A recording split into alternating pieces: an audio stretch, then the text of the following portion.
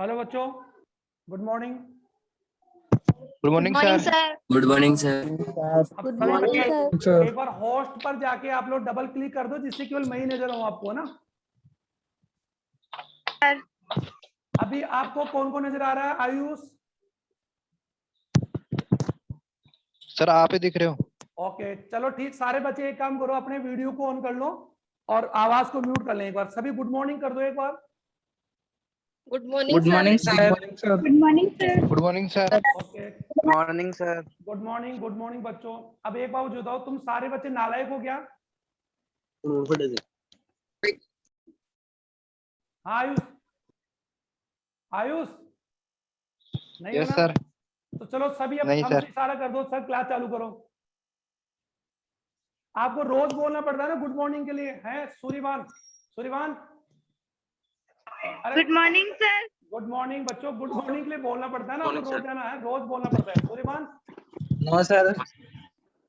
Okay चलो ठीक है। तुम लोग खुद नहीं बोल। आयुषी शर्मा कहाँ है? Ayushi, Ayushi Yes, sir. Sharma, yes sir. एक बार वीडियो चालू करो बच्चों। बच्चा वीडियो चालू करो। आयुषी शर्मा, कनिष्का, निर्मल दरिया, चलो क्लास चालू करें क्या?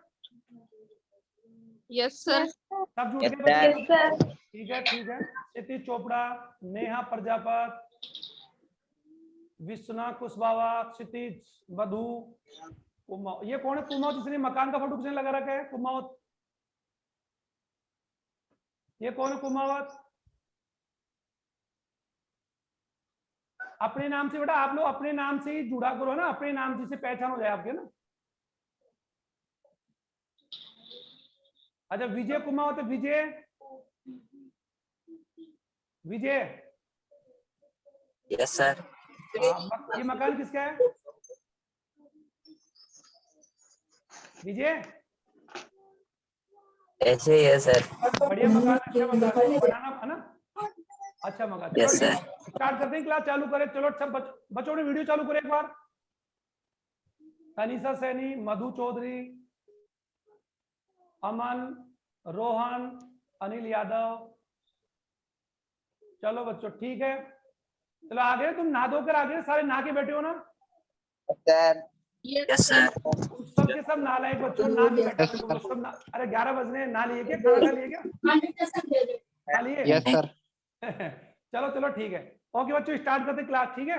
ओके अच्छा, आप ध्यान दो, अपने वीडियो को चालू रखो और आवाज को म्यूट कर दो बच्चों, है ना? ओके ठीक है। अब देखो कल की क्लास में हमने बच्चों HIV का संक्रमण में पढ़ा कि HIV कोशिका किस प्रकार से परपोषी कोशिका के DNA को अपने कंट्रोल में करके उससे स्वयं काम करवाती है। और ये ऐसे ही लग रहा है बच्चों जैसे अगर कोई व्यक्ति, ताकतवर व्यक्ति किसी कमजोर व्यक्ति को अपने कंट्रोल में लेकर उसे काम करवाता है, तो वैसे ही देखा होगा आपने कि HIV वायरस भी ऐसे ही काम कर रहा है।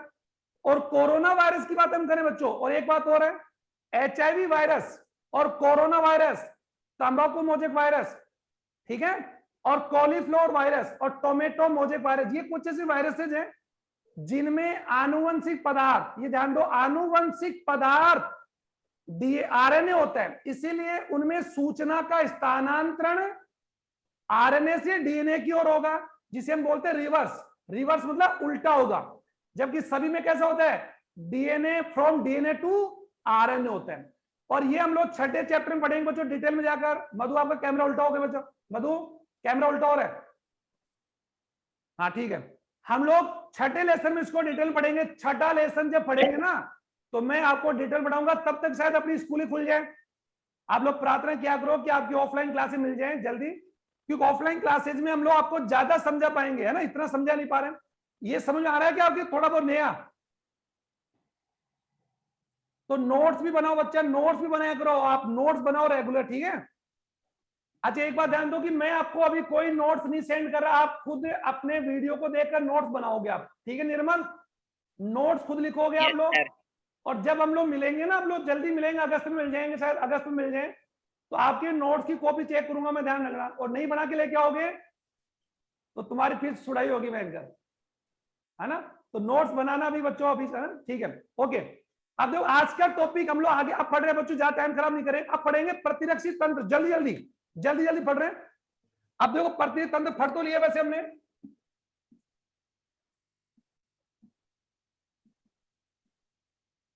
बच्चों प्रतिरक्षी तंत्र के बारे में मैंने आपको शुरू में बता दिया था कि प्रतिरक्षी अंगों और प्रतिरक्षी कोशिकाओं से मिलकर बना हुआ तंत्र जो शरीर में रोग प्रतिरोधक क्षमता उत्पन्न करता है उसे हम इम्यूनिटी सिस्टम कहते हैं। क्योंकि हमारी बॉडी में कई प्रकार के यानी सेवरल सिस्टम पाए जाते हैं, जैसे कि आप जानते हैं श्वसन तंत्र, पाचन तंत्र, उत्सर्जन तंत्र, अध्यावरणीय तंत्र, अंतःस्रावी तंत्र, तंत्रिका तंत्र, ओके, जनन तंत्र। तो वैसे ही तंत्र है इम्यूनिटी सिस्टम। और इम्यूनिटी सिस्टम में क्या होते हैं बच्चों? प्रतिरक्षी अंग और प्रतिरक्षी कोशिका, ये ध्यान दो। तो प्रतिरक्षी तंत्र के अंदर, और हम जानते हैं प्रतिरक्षी तंत्र के बारे में सबसे पहले एडवर्ड जेनर, किसने? एडवर्ड जेनर ने बताया, इसलिए हम लोग इम्यूनिटी सिस्टम का ये इम्यूनिटी का जो फादर बोलते हैं, फादर ऑफ इम्यूनोलॉजी, वो कौन है? Edward Jenner. ठीक है, ओके। अब ध्यान दो, प्रतिरक्षी तंत्र के अंगों में पहले नाम आता है, जल्दी जल्दी लिखे मेरे साथ बच्चों, प्रतिरक्षी अंग।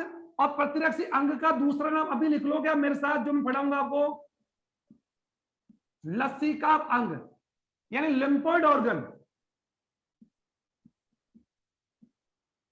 Lymphoid organ. ओके बच्चों, लसीकाब, ये देखो पकड़ो, इसको पकड़ो आप, लसीकाब अंग। अभी बताऊंगा आपको, अभी 2 मिनट दीजिए मुझे।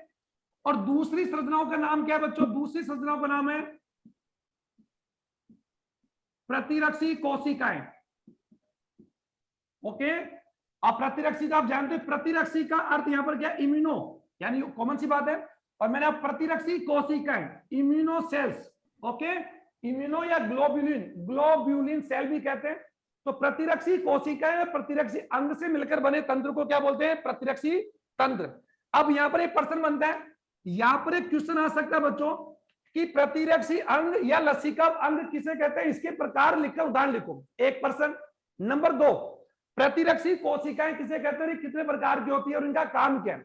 ये तो आप जानते हैं बच्चों कि मैंने आपको बता दिया था कि आपकी जो प्रतिरक्षा का दूसरा प्रकार उपार्जित, याद करो, उपार्जित प्रतिरक्षा। और उपार्जित प्रतिरक्षा के 2 प्रकार मैंने बताए थे, सक्रिय और निष्क्रिय। और ये बताया था कि उपार्जित प्रतिरक्षा का जो गुण है, उपार्जित प्रतिरक्षा किस पर डिपेंड करती है? स्मृति पर, प्रतिरक्षी कोशिकाओं की स्मृति पर, उनके दीर्घ काल पर, और उनके मारक पर, और अपने प्राय सिद्धांत पर। ये मैंने लिखवाया था कि उपार्जित प्रतिरक्षा की, मैंने आपको 3 विशेषता लिखवाई थी कि उपार्जित प्रतिरक्षा जो तंत्र है या उपार्जित प्रतिरक्षा है वो 3 बातों पर डिपेंड करती है, अपने प्राय सिद्धांत पर, प्रतिरक्षी कोशिकाओं की मेमोरी पर, स्मृति पर, और तीसरा प्रतिरक्षी कोशिकाओं की दीर्घकाल, यानी उनके एक्चुअली में कह सकते हैं कि लॉन्गेविटी, यानी दीर्घ काल के लिए निर्भर करती है। तो ये मैं आपको बता चुका हूं। अभी हम पढ़ रहे हैं प्रतिरक्षी तंत्र के भाग। अब प्रतिरक्षी तंत्र के पहले भाग का नाम क्या है? प्रतिरक्षी अंग या लसीकाब अंग, लसीकाब, लिम्फोइड ऑर्गन। और ये कौन है? ग्लोब्यूलिन सेल्स या प्रतिरक्षी कोशिकाएं। एक एक में पढ़ा रहा हूं, एक एक पढ़ाऊंगा डिटेल में, ओके। अब शुरू करते हैं यहां से। पहला प्रश्न ये हो गया, प्रतिरक्षी तंत्र किसे कहते हैं? ऐसे प्रश्न बनाया करो बच्चों, वैसे ही पर डे 10 क्वेश्चन याद करो। आयुष, निर्मल, मैं क्लास में बोलता था बच्चों कि पर डे 10 क्वेश्चन अगर आप बना लेते हैं ना, तो आपको किसी भी बुक या टीचर की जरूरत नहीं पड़ेगी, ये आप लोग बिलीव करो। लेकिन आप क्या करते हो? बुक से पढ़ना चाहते हो आपको क्या चाहिए? बने बनाए प्रश्न मिल जाए, बने बनाए आंसर मिल जाए।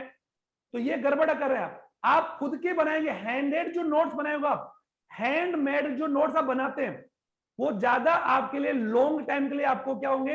यूजफुल होंगे। तो please math 10 to 15 questions every day. समझ आ रहा है? वी होप योर स्किल, आपके स्किल के आधार पर आप पर डे 10 to 15 क्वेश्चन बनाइए। आप देखेंगे, यानी you see after 30 to 40 days you have a group of, you कह सकते हैं ग्रुप ऑफ, या यू कह सकते हैं ग्रुप ऑफ क्वेश्चंस आपके पास हो जाएंगे। तो वो आप तैयार करेंगे तो ज्यादा बढ़िया होगा। अच्छा, तो यहां पर एक पर्सन हो गया, प्रतिरक्षी तंत्र किसे कहते हैं? नंबर 2, प्रतिरक्षी अंग किसे कहते हैं? नंबर 3, प्रतिरक्षी कोशिकाएं किसे कहते हैं? 3 तो आपके सामने ही है। और अब तक मैंने क्वेश्चन आपको दो, कल मैंने एड्स पढ़ाया, और उसके बारे में अगर आप जाएंगे तो बहुत सारे क्वेश्चंस हैं। डेथ ऑफ वारंट क्या है, अवसरवादी संक्रमण क्या है, विंडो पीरियड क्या है, आया था ना HIV क्या है, HIV में आनुवंशिक पदार्थ कौन है, इतने सारे क्वेश्चंस हैं। रिवर्स ट्रांसक्रिप्टेज एंजाइम क्या है, या ट्रांसक्रिप्शन का हिंदी में अर्थ होता है बच्चों अनुलेखन, और उसका उल्टा करो पश्य अनुलेखन, और पश्य अनुलेखन HIV में होता है, इसीलिए HIV को हम रेट्रोवायरस भी कहते हैं। क्या बोलते हैं? रेट्रो। क्यों कहते हैं?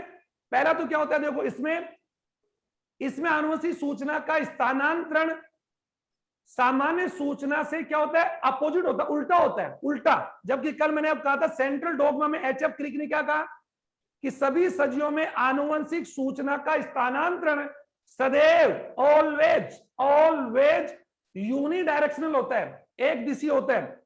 और इसका कौन एक्सेप्शन, कौन इसका अपवाद कौन है? HIV है, नहीं है? अपवाद हुआ ना, एक्सेप्शन हुआ ना बच्चों, अपवाद जो इस थ्योरी को नहीं मानता। और आप देख रहे क्यों? क्योंकि उसमें आनुवंशिक पदार्थ कौन है? सिंगल स्ट्रैंड आरएनए है, और सिंगल स्ट्रैंड आरएनए तो HIV की आनुवंशिक सूचना किसके पास है बच्चों? RNA के पास। ठीक है भाई, सूचना जिसके पास होगी वही तो देगा ना आगे, वही तो फॉरवर्ड करेगा, तो कॉमन सी बात है। अब आप यहां फोकस करें, अब प्रतिरक्षी तंत्र के अंग, अब मैं आपको डिटेल में पढ़ा रहा हूं। अब बात आती है लसीकाप अंग किसे कहते हैं? आराम से, लसीकाप अंग या फिर प्रतिरक्षी, एक ही बात है, इसको गड़बड़ मत कर देना कि आप गलत कर दो सर ये आपने बताया नहीं। अब लसीकाप अंग क्या होंगे? जो नाम से आ रहा है, नाम से वे अंग जिसमें लसीकाणु, और आप जानते बच्चों we have already discussed in previous class, हमें बता चुका हूं ब्लड वाल चैप्टर में कि WBC के दो प्रकार होते हैं, याद करो, कणिका युक्त, कणिका विहीन। और कणिका विहीन के अंदर हमने पढ़े थे मोनोसाइट और लिम्फोसाइट, लसीकाणु। तो लसीकाणु अपने में कौन है? WBC का एक प्रकार है जो लसिका और रक्त दोनों पाई जाती है। और मैंने आपको 11 में पढ़ाया था कि रक्त केशिकाओं से जब जो पदार्थ छनकर उत्तक में आता है उसी को हम बोलते हैं लसिका, याद करो। और लसिका में RBC को छोड़कर शेष WBC पाई जाती है, और उसी में एक का नाम है लिम्फोसाइट, लसीकाणु। तो इसका नाम क्या होगा? लसीकावन क्या होंगे? वे अंग या वे प्रतिरक्षी अंग जिनमें लसीकाणु का निर्माण, लसीकाणु का परिपक्वन, लसीकाणु का विभेदन और लसीकाणु का प्रशिक्षण किया जाता है। एक बार फिर रिपीट कर रहा हूं, मैं इसको फिर रिपीट कर रहा हूं बच्चों, वे प्रतिरक्षी अंग जिनमें लसीकाणु, नाम दो लसीकाप अंग, मतलब जिसमें किसका निर्माण होता है बच्चों? लसीका, या फिर आप बोलते हो लिम्फोसाइट। लिम्फोसाइट बच्चों देखो एक बार, लिम्फोसाइट, लसीका अणु। और आप जानते हैं लसीका और कोई नहीं है, एक प्रकार की कौन है बच्चों? WBC का प्रकार है। और WBC कौन? जो हमारे शरीर में बाह्य रोग जनकों को, एंटीजन को, टॉक्सिन को पहचान कर उसे खत्म करती है। ठीक है, और ऐसी कोशिकाओं को हम क्या बोलेंगे? प्रतिरक्षी। तो मैं BC में आपको एक बार यहां से लेके जा रहा हूं। प्रतिरक्षी कोशिका क्या होगी? वे कोशिकाएं जो शरीर में बाह्य प्रतिजन, एंटीजन, रोगजनक, टॉक्सिन आदि को नष्ट करती है, भक्षण करती है, क्या कहलाती है? प्रतिरक्षी कोशिकाएं। ओके बच्चों, प्रतिरक्षी कोशिकाएं, एंटीबॉडी कोशिकाएं, एंटीबॉडी जो नाम याद है, प्रतिरक्षी कोशिकाएं। तो मैं यहां पर लिख रहा हूं एंटीबॉडी सेल। और एक बात ध्यान दो, ये प्रतिरक्षी कोशिकाएं जो होती है बच्चों, प्रतिरक्षी कोशिकाओं में प्रमुख कौन सी कोशिका का नाम आता है बच्चों? लसीकाणु। अब तो ठीक है, प्रतिरक्षी कोशिका प्रमुख कौन है? लसीकाणु। और लसीकाणु आप जानते हैं, लसीकाणु अपने में कौन है बच्चों? WBC का एक प्रकार है। ये दो प्रकार की होती है, BL मतलब BL को लिम्फोसाइट, और दूसरी कौन सी बच्चों? TL। अभी बताऊंगा, बोन मेरो लिम्फोसाइट और एक है थाइमस लिम्फोसाइट। अभी इसके बारे में आपको बताऊंगा एक एक करके, आप चिंता मत करो। अब पहले एक बार एक ही चीज ध्यान दो बच्चों, आप लोग बच्चों एक बार अपने वीडियो चालू करो, वीडियो चालू करिए, आप वीडियो चालू कर लीजिए आप। ठीक है, अरे वीडियो से पता लगता है कि तुम्हारे समझ में आ रहा है नहीं आ रहा, नहीं तो पता ही नहीं लगता मैं पढ़ा रहा हूं और तुम लोग जाके सो जाओ। ये कई बच्चे क्या करते हैं, कैमरे को ऑन कर देते हैं और जाके सो जाते हैं। सही है ना विष्णा? सही बात है क्या? अरे तुम वीडियो को चालू क्यों नहीं करते हो भाई, ताकि तुम लोग आराम से सर की क्लास चालू कर दो, और सर को लग रहा है बच्चे पढ़ रहे हैं और बच्चे आराम से सो रहे हैं, कोई खाना खा रहा है, कोई क्या कर रहा है, तो वीडियो ऑन रखोगे आप, ठीक है? ओके, अब ध्यान दो एक बात, प्रतिरक्षी कोशिकाएं क्या है बीच में?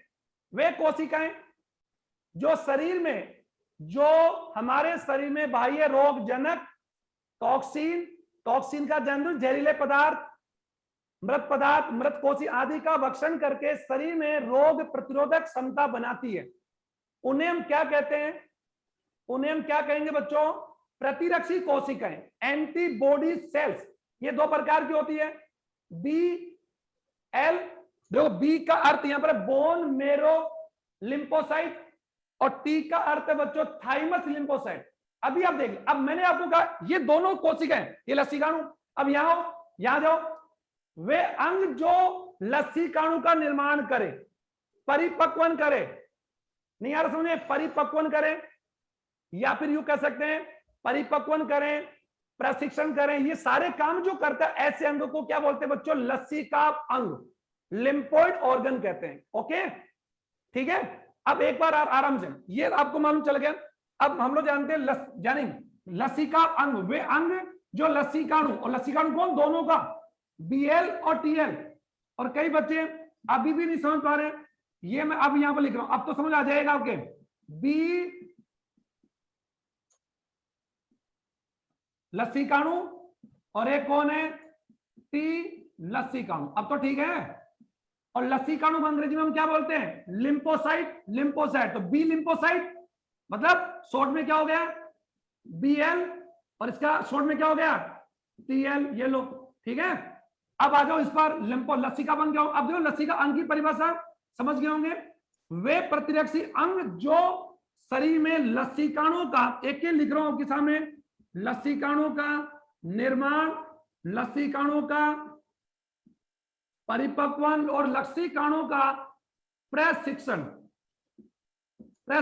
और लसीकाणु का विभेदन करते हैं। ये तीनों चारों कार्य जो करें, इससे अंगों को हम लोग लसीका कहते हैं। ये दो प्रकार के होते हैं बच्चों, ये फिर दो प्रकार के होते हैं। पहला कौन सा? पहला है प्राइमरी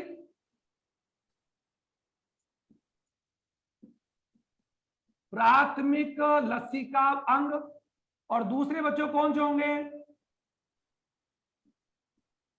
द्वितीय प्राइमरी लिम्फोइड, और ये कौन है? Secondary lymphoid. में हिंदी लिख रहा हूं आपके लिए।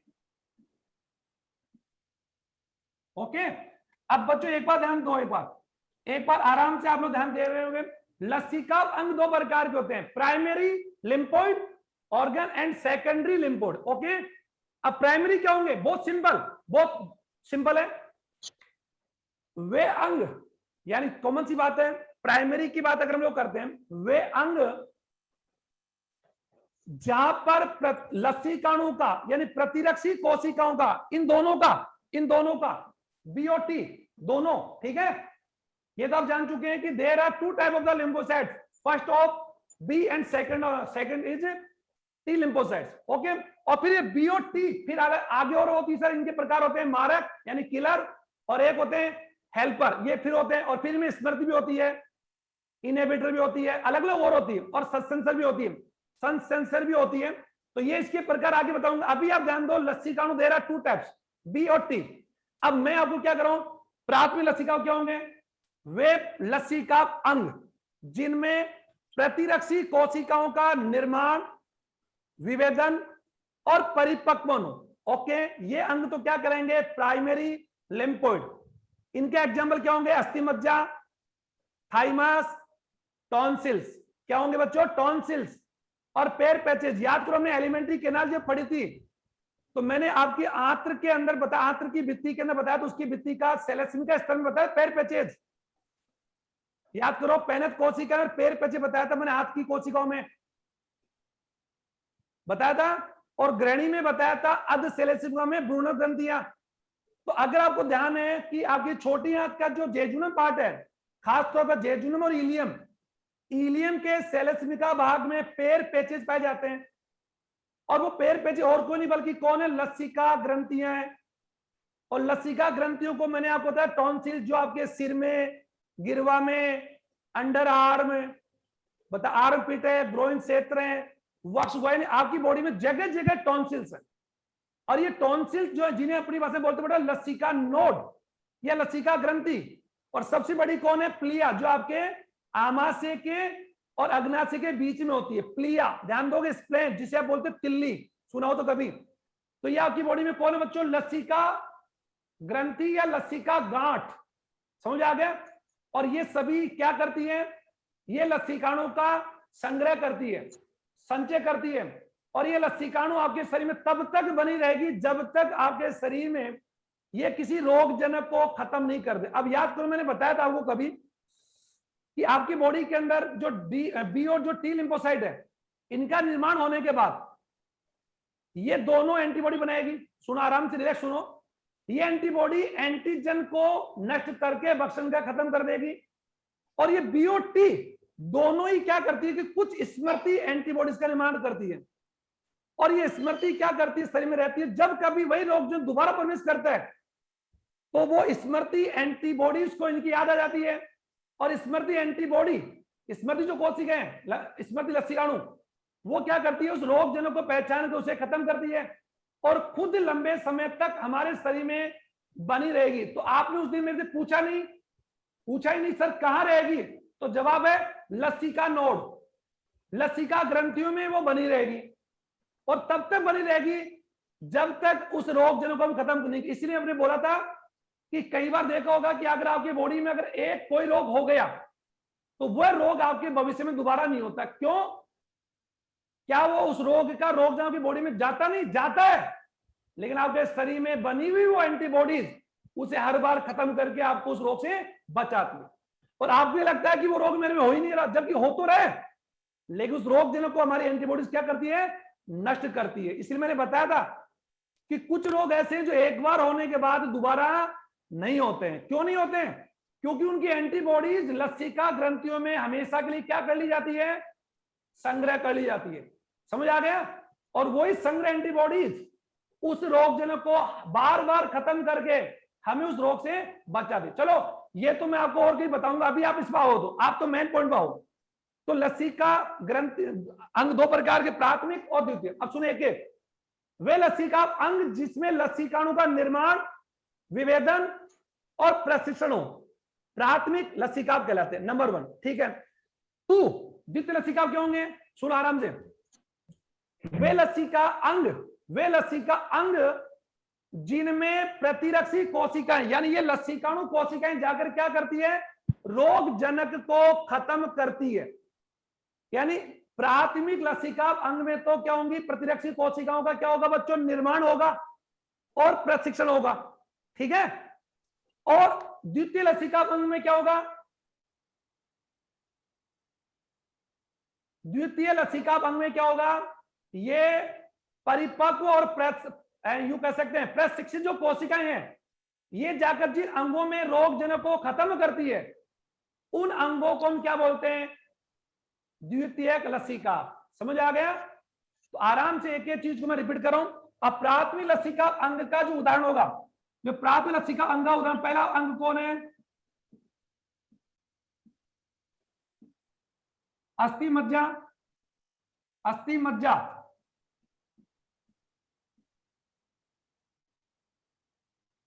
बोन मेरो, और आप जानते बोन मेरो क्या होता है बच्चों, अस्थियों में पाए जाने वाले कोशिका द्रव्य या कार्बनिक अकार्बनिक पदार्थ मिलकर बनने वाले मैट्रिक्स को क्या कहते हैं, बोन मेरो। और बोन मेरो में 2 प्रकार की कोशिकाएं होती है बच्चों, रेड और व्हाइट, पढ़ेंगे। और इसी बोन मेरो की कोशिकाओं से ही किसका निर्माण होता है, आरबीसी, डब्ल्यूबीसी और प्लेटलेट्स। और उसी डब्ल्यूबीसी में कौन सी आएगी, लिम्फोसाइट। तो सभी लसिकाणु का निर्माण कहां होगा, ध्यान देना, आज से अस्थि मज्जा।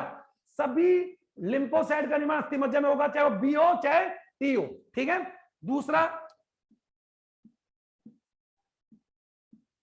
थाइमस। बच्चों आप जानते हैं थाइमस आपके वक्ष गुहा में पाए जाने वाले एक अंतःस्राव ग्रंथि है। और याद करो 11वीं क्लास में मैंने पढ़ाया था कि हमारे हृदय के पास पाई जाती है, इसे हम लोग प्रतिरक्षी तंत्र का प्रशिक्षण केंद्र कहते हैं। अनुष्का याद आया? थाइमस ग्रंथि को हम प्रतिरक्षी तंत्र का क्या कहते हैं बच्चों? प्रशिक्षण केंद्र, ट्रेनिंग सेंटर ऑफ इम्यूनिटी। याद आ गया आयुष? थाइमस ग्रंथि। और ये थाइमस ग्रंथि वयस्क अवस्था के साथ साथ धीरे धीरे छोटी हो जाती है और बाल्य अवस्था में बड़ी होती है, ये मैंने बताया था। तो थाइमस ग्रंथि और अस्थि मज्जा दोनों कौन से अंग कहलाएंगे? प्राथमिक लसीकाव। क्या कहलाएंगे? प्राथमिक लसीकाव। और द्वितीयक में क्या होंगे? द्वितीयक ये तो हो गए दोनों। अब द्वितीयक लसीकाव के अंग क्या क्या होंगे? लसीका नोड बोल दो, या लसीका गांठ है,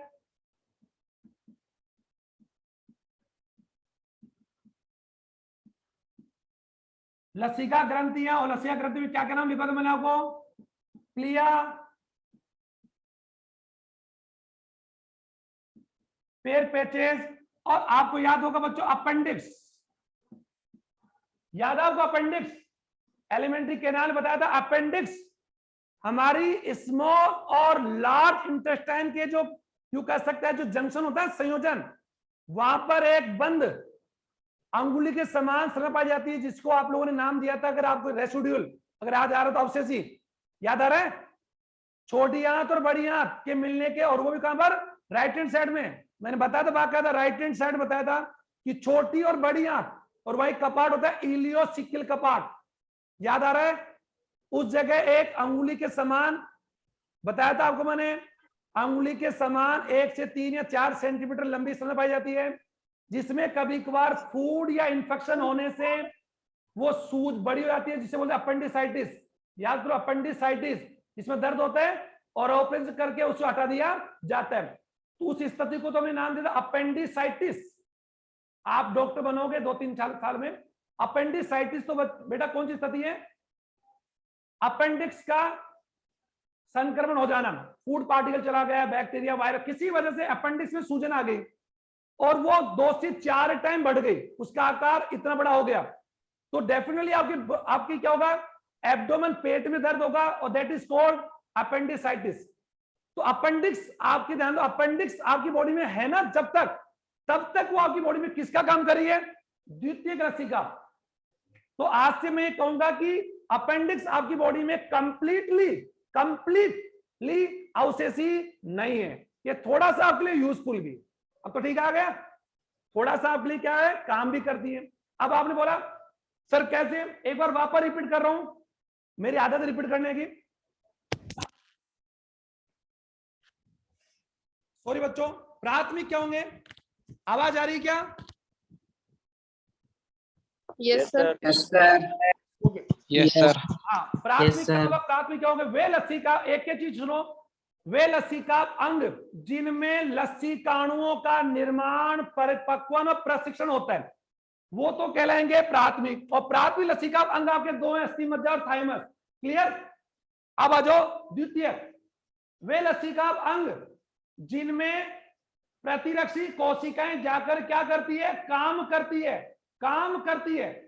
ठीक है? जैसे कि आप लोग कल सुनो एक बात, जैसे कोई भी व्यक्ति का पुलिस में नंबर आया, और पुलिस में नंबर आने के बाद में उसकी 6 या 9 महीने तो उसकी पहले क्या होती है बच्चों? ट्रेनिंग होती है, राइफल चलाना, बंदूक चलाना, जो भी उसकी एक्सरसाइज होती है, ड्यूटी समझाई जाती है। तो उसकी ट्रेनिंग तो हुई जोधपुर में, ट्रेनिंग तो कहां पर हुई? जोधपुर में। और पोस्टिंग हो गई उसकी, अगर मैं बोलूं, जयपुर में। नहीं समझ आ रहा आपके? तो ट्रेनिंग कहां हुई? जोधपुर। और वो व्यक्ति काम कहां कर रहा है? जयपुर में आके काम कर रहा है। तो वही तो मैं कह रहा हूं कि प्राथमिक लसीकाव में तो लसीकाणु का क्या हो रहा है? निर्माण और परिपक्वन और प्रशिक्षण के बाद वो डब्ल्यूबीसी कोशिका, लिम्फोसाइट, हमारी बॉडी के जिन अंगों में जाकर एंटीजन को नष्ट करती है, एंटीजन से लड़ती है, एंटीजन को भक्षण करती है, वे अंग क्या कहलाएंगे? द्वितीयक लसीका। अब तो आ गया। तो द्वितीयक और प्राथमिक के एग्जाम्पल आपके सामने।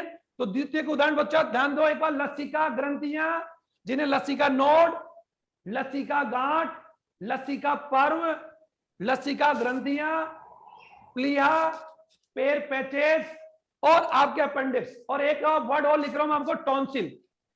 क्या लिख रहा हूं बच्चों? Tonsil, tonsil. ठीक है। और टॉन्सिल्स को आप लोग अपनी भाषा में जानते हैं, टॉन्सिल्स हमारे सभी में पाए जाते हैं, गले में, गिरवा में, कान के नीचे, सिर में, जिनमें कभी कभार सूजन आ जाती है। बताया था ना। तो सूजन का अर्थ, घबराने जो, सूजन का अर्थ है कि उन लसिका ग्रंथियों में लसिकाणु हमारे किसी एंटीजन को क्या कर रही है? खत्म कर रही है। और ये बात मैंने बता दिया था आपके, कभी ना कभी आपके बॉडी में, याद करो, जन्मजात प्रतिरक्षा का चौथा प्रकार प्रदाह, प्रदाह, शोथ, इन्फ्लेमेटरी। जब कभी आपके चोट लगती है तो चोट वाला स्थान आपका गर्म हो जाता है, रेड गुलाबी हो जाता है, और साथ ही उसमें दर्द होता है। तो ये सारी क्रियाएं मिलकर क्या कराती बच्चों? प्रदाह।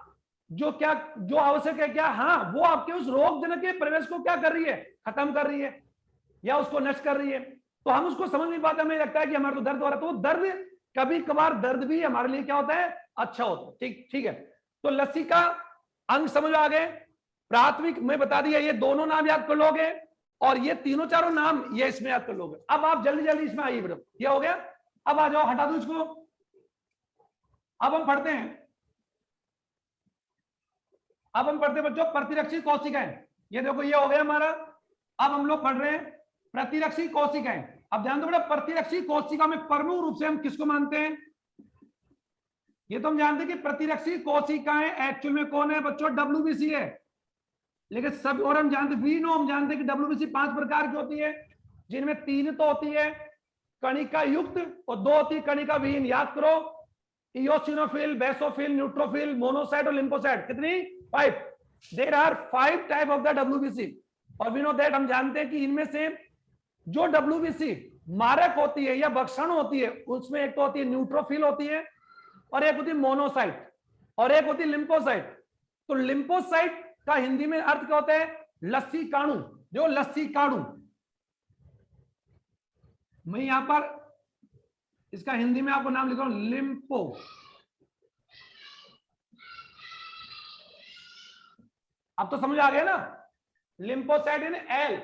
अब ये जो लसिकाणु है, अब बच्चों ये 2 प्रकार की होती है। नंबर 1 की बात हम करें, नंबर पहला है BL और नंबर 2 है TL।